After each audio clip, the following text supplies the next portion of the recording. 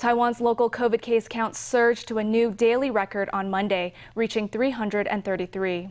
Almost all the cases were found in Taipei and New Taipei, and a handful were reported as far away as Yilan and Changhua.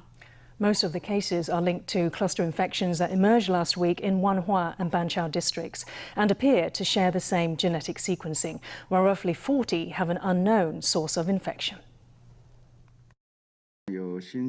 Today, we have 335 new COVID-19 cases.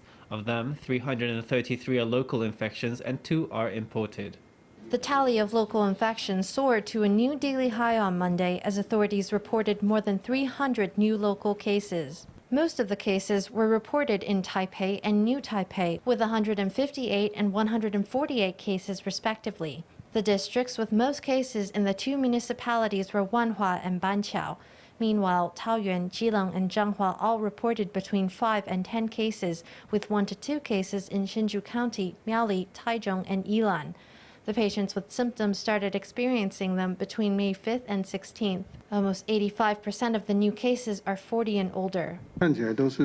It seems that the infections all have the same genetic sequencing, so it's reasonable to assume that it all started with one chain of transmission. If you trace the infection closer to the origin, you can see that the cases were all moving in the same areas. Experts say that, judging from genetic sequencing results, what Taiwan has is a single cluster infection that's unfolding on a grand scale. Preliminary investigations have linked 155 of the cases, which is the majority, to hostess tea houses in Taipei's Wanhua district. Another 86 had been active in the wider Wanhua district. 6 of them have been linked to a touring religious group that went to southern Taiwan. A handful was traced back to a Lions Club International group and to a gambling venue in Yilan.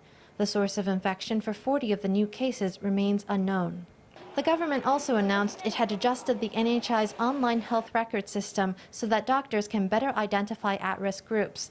The system will identify people who have had a negative COVID test, as well as people in self-health management due to contact tracing. A light yellow mark will show on their file for 14 days. The mark will turn light green once they complete self-health management and will remain on the file for another 15 days. The government hopes the new measures will enable frontline medical workers to better assess the possible risks.